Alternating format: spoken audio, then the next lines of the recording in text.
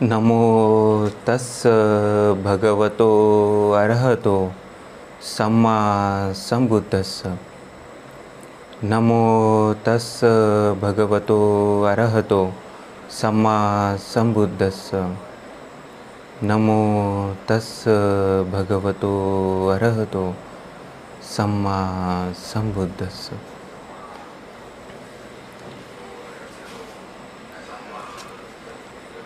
महाकारुणिक तथागत भगवान सम्यक संबुद्ध यांना प्रथम अभिवादन केल्यानंतर या भारतमय भूमीचे सुपुत्र बोधिसत्व परमपूज्य डॉक्टर बाबासाहेब आंबेडकर यांच्या पूज्य आणि पवित्र विचारांना मी अभिवादन करतो।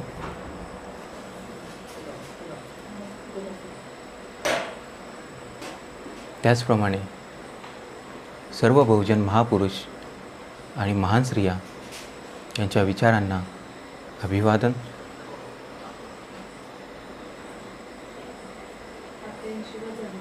जे जे धार्मिक संघटना बाबासाहेबांच्या स्वप्नासाठी भारत बौद्धमय करण्यासाठी कार्यरत आहेत, त्या सर्व धार्मिक संघटनेच्या पदाधिकारी, कार्यकर्ते या सर्वांना माझा मैत्रीपूर्वक जय भीम।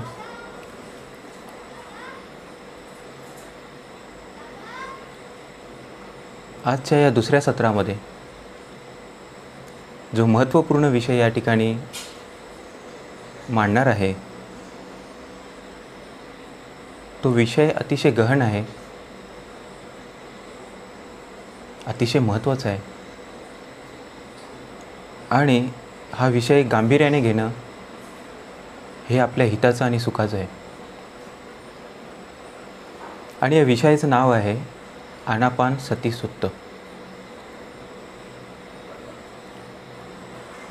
बऱ्याच बौद्ध उपासक आणि उपासिकांना हा विषय माहीत असेल, बऱ्याच जणांनी याची प्रॅक्टिस देखील केली असेल, परंतु आनापानसुत्ता याचा इतिहास हा त्रिपिटकामध्ये कशा पद्धतीने मांडला गेला, याला त्रिपिटकामध्ये इतकं महत्त्व का दिलं गेलं, याच्याबद्दल आपण या ठिकाणी चर्चा करणार आहोत।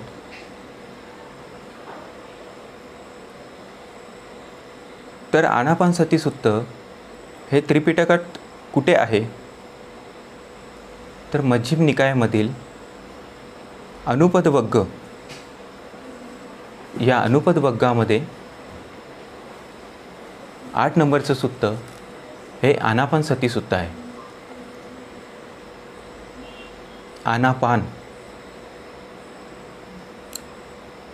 काय अर्थ आहे आनापानाचा? आनापान म्हणजे आन म्हणजे घेतला जाणारा श्वास, अपान म्हणजे सोडला जाणारा श्वास। घेतल्या जाणाऱ्या श्वासाबद्दल आणि सोडल्या जाणाऱ्या श्वासाबद्दल सती म्हणजे जागरूकता, सजगता म्हणजे आनापानसती सुत्त। आणि याला सुत्त का म्हटलं गेलं आहे, तर हे सुत्त भगवंताच्या मुखातून प्रकट झालेलं आहे आणि म्हणून याला सुत्त असं म्हणतात।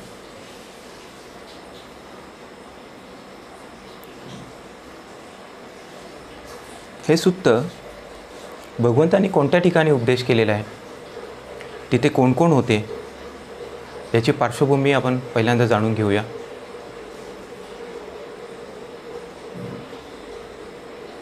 जसं या सुत्ताची सुरुवात आहे, एवं मे सुतं म्हणजे असे मी ऐकलेले आहे।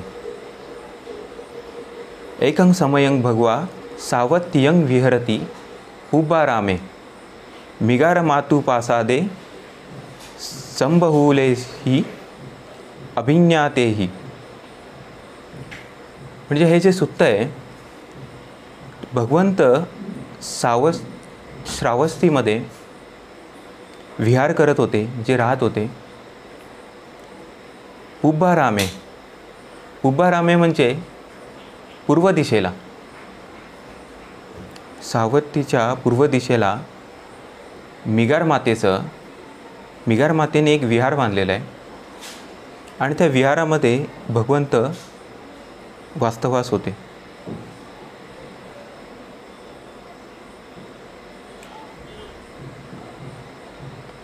आणि त्या विहारामध्ये जवळपास 5000 भिक्षू एकाच वेळेस बसू शकत होते, इतकं मोठं विहार होतं.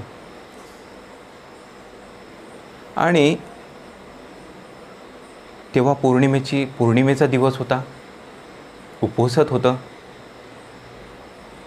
आणि भगवान कोणता तरी मोठा उपदेश करतील अशा यामुळे त्या ठिकाणी जे थेर भिक्खू होते, महाथेर भिक्खू होते, ते देखील त्या ठिकाणी उपस्थित होते. म्हणजे थेर म्हणजे भिक्षू, महाथेर म्हणजे जे मोठे भिक्षू आहे, जे अगोदर ज्यांनी धम्मदीक्षा घेतली, जे भिक्षू झाले, अशा प्रकारे. तर मग कोण कोण होतं त्या ठिकाणी? तर त्या ठिकाणी अयस्मताच सारिपुत्तेन, अयस्मताच महामौगलानेन, अयस्मताच महाकස්සपेन, अयस्मताच महाकच्चनानेन, अयस्मताच महाकोठिकेन. म्हणजे अशा प्रकारचे भिक्षू होते. कोण कोण होते? तर सारिपुत्त होते, जे संघनायक म्हणून ओळखले जायचे. त्याच्यानंतर महापंडित महामौगलायन होते. त्याच्यानंतर महाकाश्यप होते, महाकात्ययन होते, महाकोटित होते, महाकप्पिन होते, महाचुंद होते, अनिरुद्ध होते, रेवत भिक्षू होते आणि भगवंताचे सेवक आनंदवंते हे देखील त्या ठिकाणी उपस्थित होते. असे प्रसिद्ध भिक्षू त्या ठिकाणी उपस्थित होते. त्याचप्रमाणे काही मान्यवर देखील त्या ठिकाणी उपस्थित होते. आणि असे थेर प्रसिद्ध भिक्षूंना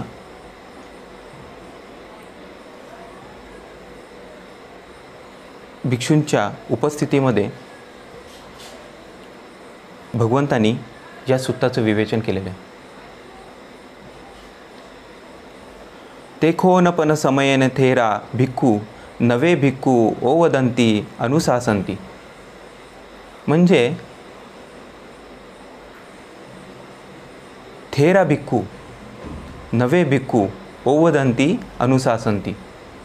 म्हणजे जे नवीन भिक्षू होते, त्या नवीन भिक्षूंना जे जुने भिक्षू आहेत, ज्यांना थेर भिक्षू म्हटलं आहे, तर थेर भिक्षू नव्या भिक्षूंना धम्म सांगत होते आणि धम्माची शिकवण देत होते.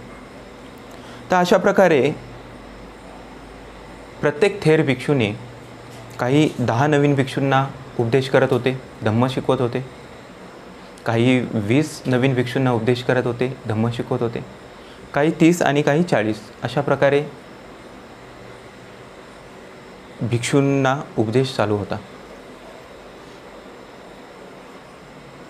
तर त्या पौर्णिमेच्या रात्रीचं वर्णन या ठिकाणी या सुत्तामध्ये केलेलं आहे आणि ते अतिशय सुंदर असं वर्णन आहे. आणि ते वर्णन असं आहे की ते खोनपन समयेन भगवा तदहूपसते पन्नरसे पवारणाय पुण्णाय पुण्यमाय रतिया म्हणजे पौर्णिमेच्या रात्री. भिक्खुसंग परिवृत्तो औभकासे निसिन्नो होती अतको भगवा तुन्नीभूतं भिक्खुसंघं अनुविलोकेत्वा भिक्खू आमंतेसी.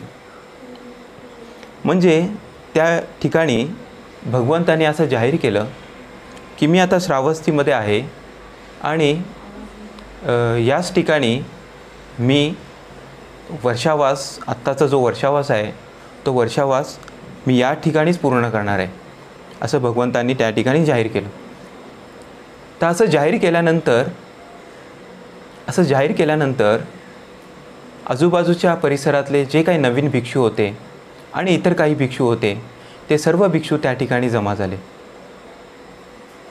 आणि या महान अशा संधीचा त्यांना लाभ घ्यावासा वाटला आणि भगवंताकडून धम्म शिकून घेऊन आचरण करून मुक्त अवस्था प्राप्त करण्याची संधी त्यांना मिळाली. म्हणजे बघू शकतो आपण की काय सुंदर वातावरण ते असेल. म्हणजे भगवंत त्या ठिकाणी बसलेले आहेत आणि महान असे भिक्षू त्या ठिकाणी उपस्थित आहेत. काही भिक्षू, थेर भिक्षू हे छोट्या नवीन भिक्षूंना धम्म शिकवत आहेत आणि त्याचप्रमाणे भगवंताच्या चारी बाजूला भिक्षूंनी असं घेरलेलं आहे. जे किती सुंदर आणि काय धर्माचे तरंग उत्पन्न झाले असतील तिथे, किती शांतता त्या ठिकाणी असेल याचा अनुभव आपण घेऊ शकतो. ह्या सुत्तामध्ये ते सांगण्याचा प्रयत्न केलेला आहे. त्याच्यानंतर ते नवीन भिक्षू त्या ठिकाणी आले, त्यांना आमंत्रण केलं गेलं. आरद्धोस्मी भिक्कवे. आरद्धोस्मो म्हणजे तर काही भिक्षू, काही नवीन भिक्षू त्या ठिकाणी चुपचाप असे शांत बसलेले. भगवंतांची नजर त्यांच्यावरती गेली आणि भगवंतांनी त्यांना जवळ येण्यास सांगितलं की तुम्ही माझ्या जवळ या आणि माझ्या जवळ येऊन बसा. तर ते भगवंताच्या जवळ येऊन बसले आणि त्यावेळेस भगवंत त्यांना म्हणतात की आरद्धोस्मी भिक्कवे. म्हणजे भिक्षूंनो, मी स्वतः असा अभ्यास केला आहे. काय अभ्यास केला आहे? तर मी या धम्माचा अभ्यास केलेला आहे. मी या मार्गावरती स्वतः चाललो आहे. आरद्धोस्मी भिक्कवे इमाय पटिपदा. पटिपदा म्हणजे चाललेलो आहे. त्याच्यानंतर आरद्धचित्तोस्मी भिक्कवे इमाय पटिपदा म्हणजे माझे जे चित्त आहे ते चित्त देखील मी या मार्गावरती, ज्या चित्तासोबत मी या मार्गावरती चाललेलो आहे, म्हणजे या चित्ताला देखील मी या मार्गावरती चालवलेले आहे, असं भगवंत त्या नवीन भिक्षूंना सांगतात. त्याच्यानंतर तस्माही भिक्कवे. आणि म्हणून भिक्षूंनो, तुम्ही देखील या मार्गावरती चालण्याचा प्रयत्न करा. वीर्य, पुरुषार्थ दाखवा आणि या मार्गावरती चाला.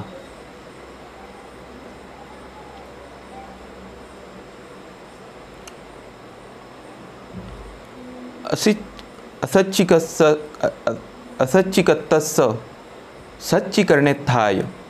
म्हणजे ज्या मार्गाचा साक्षात्कार अजून तुम्ही केलेला नाही आहे, या मार्गाचा साक्षात्कार तुम्ही करा. इदेवाहं सावथियं कोमुदिं चतुमासिनीं अग्गमेसामीति. भिय्यसोमत्ताय म्हणजे या मार्गावरती तुम्हाला का चालायचं आहे, तर या मार्गावरती चालल्यानंतर तुम्हाला आत्मशांतीचा तुम्ही अनुभव घेऊ शकता. जी शांती आतमध्ये उत्पन्न होईल त्या शांतीचा तुम्ही अनुभव घेऊ शकता.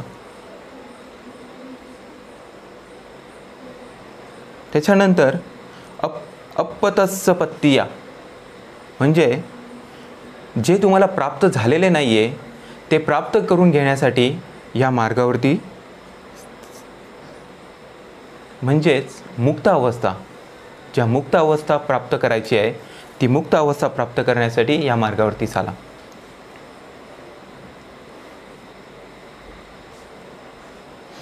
असच्चिकत्तस्स म्हणजे ज्याचा तुम्ही अजूनपर्यंत साक्षात्कार केलेला नाही आहे त्याचा साक्षात्कार करण्यासाठी तुम्ही या मार्गावरती चाला.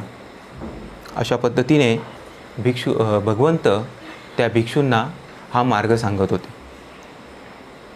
आणि मग ते भिक्षू भगवंतांना प्रश्न करतात की हा कोणता असा मार्ग आहे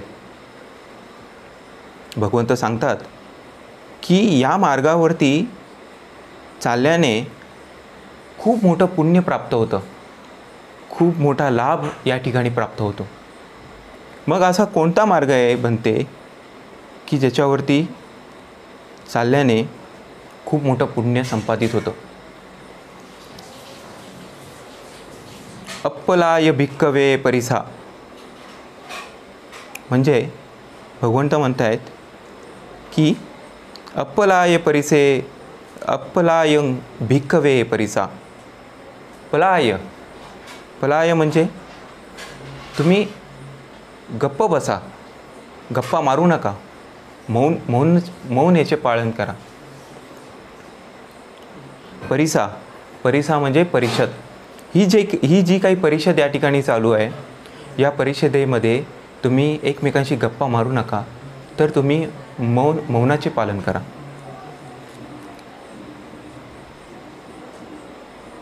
जर तुम्ही मौनाचे पालन केलात तर तुम्ही शुद्ध व्हाल.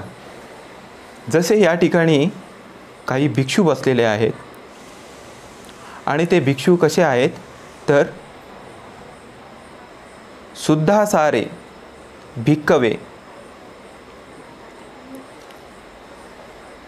त्यांना या धम्माचं सार हे प्राप्त झालेले, ते धम्मामध्ये प्रतिष्ठापित झालेले आहेत. अशा प्रकारचे हे भिक्षू या ठिकाणी उपस्थित आहेत.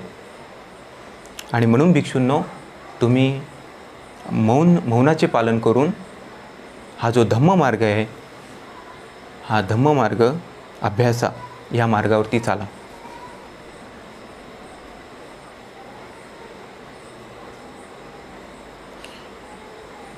आणि मग भगवंताच्या समोर जो सावक संघ त्या ठिकाणी उपस्थित होता, त्या सावक संघाचं भिक्षू भगवंत कशा पद्धतीने कौतुक करतात, त्याचं वर्णन भगवंत कशा पद्धतीने करतात ते या ठिकाणी पुढे आहे. संघ हे जे तिसऱ्या प्रकारचं समनागमन आहे ते म्हणजे संघ. सर्वप्रथम आपण बुद्धाला वंदन करतो, धम्माला वंदन करतो आणि मग संघाला वंदन करतो. मग भगवंत संघाचं वर्णन का करतायत? का असं वाटतं भगवंतांना या ठिकाणी संघाचं कौतुक केलं पाहिजे, संघाचं वर्णन केलं पाहिजे आणि संघाचं वर्णन ते देखील भगवंताच्या मुखातून? मग असं भगवंत का म्हणतायत? का भगवंतांनी संघाला आपल्याबरोबरचं स्थान दिलेलं आहे? म्हणजे बुद्धाला शरण गेल्यानंतर, धम्माला शरण गेल्यानंतर संघाला देखील शरण जावं लागतं. मग बुद्ध, ठीक आहे, बुद्धाला शरण आपण जातो, बुद्ध श्रेष्ठ आहेत. मग बुद्धांनी सांगितलेली एक गोष्ट म्हणजे धम्माला शरण देखील गेलं पाहिजे. आणि मग संघाला शरण का गेलं पाहिजे? असं का बुद्धांनी सांगितलं की तुम्ही संघाला देखील शरण जा? म्हणजेच संघ फार महत्त्वाचा आहे. आणि म्हणून भगवंतांनी तिसरं शरणागमन जे सांगितलं की संघं शरणं गच्छामि. जोपर्यंत संघाला शरण जात नाही तोपर्यंत तुम्ही या मार्गावरती तुम्हाला काही प्राप्त होऊ शकत नाही. आणि म्हणून संघ हा देखील महत्त्वाचा आहे. तर मग भगवंत कशा पद्धतीने संघाचं वर्णन करतायत? अप्पलायं भिक्कवे परिसा निप्पलापायं भिक्कवे परिसा शुद्धा सारे भिक्कवे परिसा यथा रूपा परिसा. कशा पद्धतीने भगवंत सांगतायत की आहुन्नेया पाहुन्नेया दक्षिणेया अंजली करनेया अनुत्तरं पुण्यखेतं लोकस्स. म्हणजे हा जो संघ आहे, हा संघ आहुन्नेय आहे, आमंत्रण देण्यायोग्य आहे, त्याचा पाहुणचार करणे योग्य आहे. अशा संघाला दक्षिणा म्हणजे दान देणे योग्य आहे. अंजली करणीय म्हणजे हात जोडून त्याला वंदन करण्यासारखं आहे. अनुत्तरं पुण्यखेतं म्हणजे या संघासारखं दुसरं पुण्य क्षेत्र या ठिकाणी उपलब्ध नाही. लोकांमध्ये, या लोकांमध्ये, हे जे लोक सांगितलेले या लोकांमध्ये असं क्षेत्र, असं पुण्यक्षेत्र या ठिकाणी नाही. तथा रूपं अय्यं भिक्कवे भिक्खुसंगो तथा रूपं अय्यं भिक्कवे परिसा यथा रूपं परिसाय अप्पं दिनं बहु होती. म्हणजे हा जो संघ आहे, या संघाला दिनं बहु होती बहुदिनं बहुतरंग. म्हणजे हा जो संघ आहे हा दान देण्यात अतिशय उत्कृष्ट आहे. आणि मग कोणी विचार करू नये की थोडं दान दिलं तरी देखील याचा लाभ होणार आहे, आणि बहुदिनं बहुतरंग म्हणजे खूप जास्त दान दिलं तरी देखील याचा लाभ होणार आहे. आणि अशा पद्धतीने भगवंत या भिक्खू संघाचं वर्णन या ठिकाणी करतायत.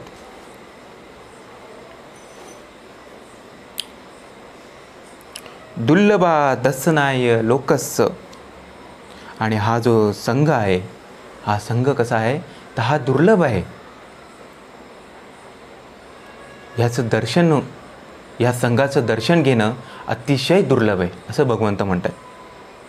आणि मग त्याच्यानंतर भगवंत असं सांगतायत,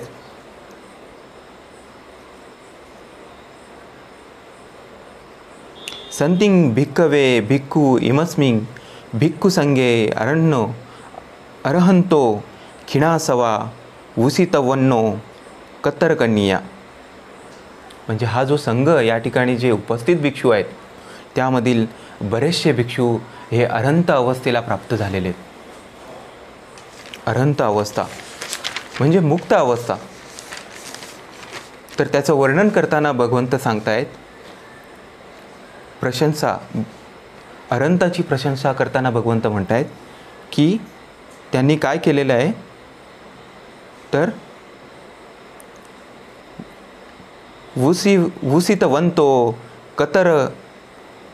कतकर्णीया.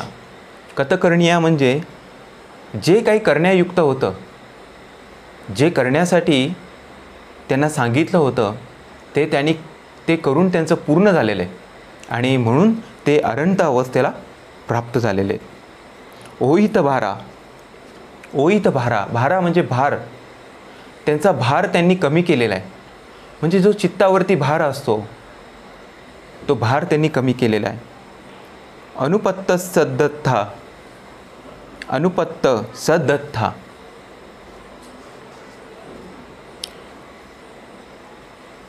म्हणजे जीवनाचा जो अर्थ आहे तो अर्थ त्यांनी प्राप्त केलेला आहे. काय अर्थ असेल मनुष्याच्या जीवनाचा? तर मनुष्याचा जीवनाचा एकच अर्थ आहे जो त्याला सिद्ध करायचा आहे, तो म्हणजे निब्बाण प्राप्त करणे. आणि हा अर्थ त्यांनी प्राप्त केलेला आहे. म्हणून भगवंत त्यांना म्हणतात अनुपत्त सद्दत्था. परिखीण भव संयोजना. म्हणजे या भवमध्ये जे त्यांना अडकून ठेवणारे जे संयोजन आहेत, ज्या गोष्टी आहेत, ज्या बांधणाऱ्या गोष्टी आहेत त्यांना, त्या सर्व बांधणाऱ्या गोष्टी त्यांनी नष्ट केलेल्या आहेत. समदंया विमुक्ता. समदंया विमुक्ता एव रूपापि. म्हणजे विमुक्त अशी अवस्था त्यांनी प्राप्त केलेली आहे.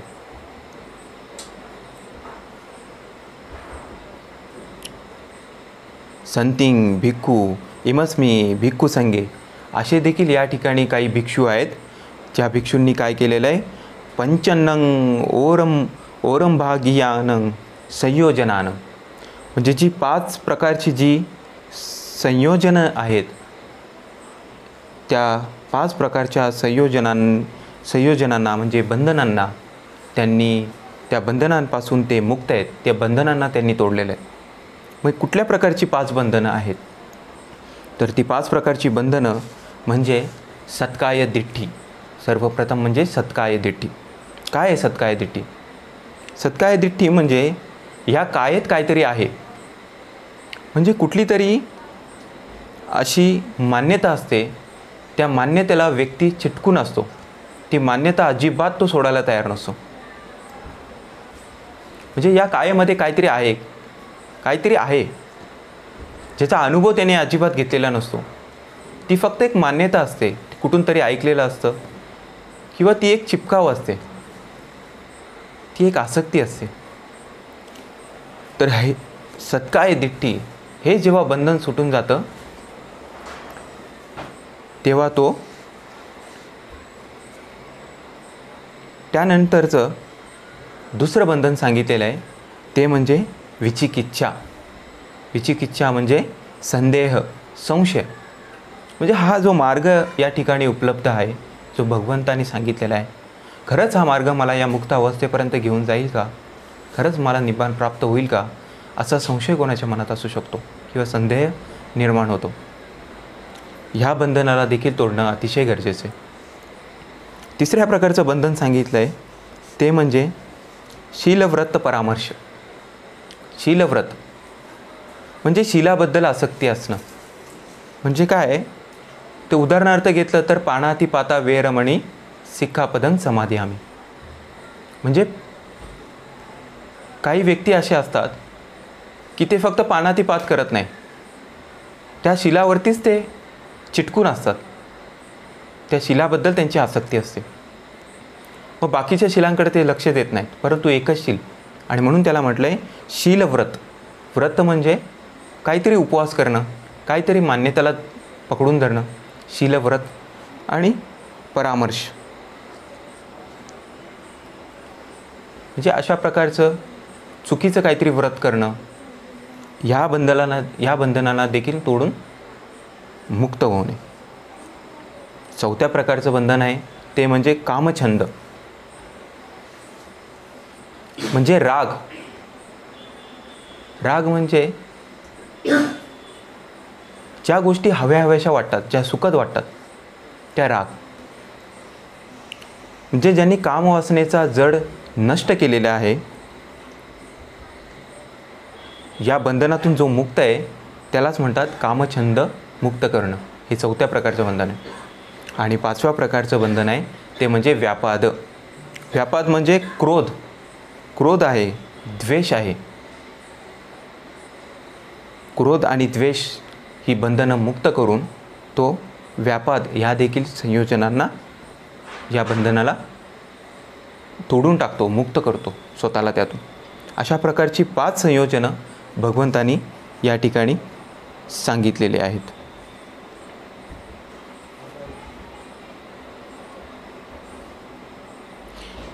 आणि ही 5 बंधनं ज्यांनी तोडलेली आहेत ते देखील भिक्षू बघा या ठिकाणी, ते देखील या ठिकाणी उपस्थित आहेत. तसंच यापैकी 3 बंधनं ज्यांनी तोडलेली आहेत आणि ती 3 बंधनं तोडून ज्यांनी श्रोतापन्न अवस्था प्राप्त केलेली आहे ते देखील भिक्षू या ठिकाणी उपस्थित आहेत. सगदागामी अवस्था ज्यांनी प्राप्त केलेली आहे, सगदागामी अवस्था प्राप्त केलेले भिक्षू देखील या ठिकाणी उपस्थित आहेत. अनागामी अवस्था प्राप्त केलेले भिक्षू देखील या ठिकाणी उपस्थित आहेत. अशा पद्धतीने भिक्षू भगवंत उपस्थित असलेल्या भिक्षू संघाचं वर्णन आणि स्तुती करतायत. त्याचप्रमाणे काही भिक्षू या ठिकाणी उपस्थित आहेत ते आनापानसतीचा अभ्यास करत आहेत. ते देखील भिक्षू या ठिकाणी उपस्थित आहेत. आणि आनापानसतीच्या माध्यमातून 4 पठ्ठानं जे कायानुपश्यना, चित्तानुपश्यना, वेदनानुपश्यना आणि धम्मानुपश्यना या 4 पश्यनांचा जे अभ्यास करत आहेत ते भिक्षू देखील या ठिकाणी उपस्थित आहेत. त्याचप्रमाणे काही भिक्षू या ठिकाणी असे आहेत जे ब्रह्मविहाराचा अभ्यास करत आहेत. ब्रह्मविहार म्हणजे मैत्री, करुणा, मुदिता आणि उपेक्षा या 4 ब्रह्मविहारांचा ते अभ्यास करत आहेत. असे देखील भिक्षू या ठिकाणी. काही भिक्षू या ठिकाणी असे आहेत जे अष्टांगिक मार्गांचा अभ्यास करत आहेत. काही भिक्षू या ठिकाणी आहेत जे 4 आर्य सत्यांचा अभ्यास करत आहेत. अशा प्रकारे भगवंत या ठिकाणी 37 बोधिपक्ष, 37 बोधिमार्ग, बोधिधर्म या ठिकाणी त्याचं विश्लेषण देत आहेत.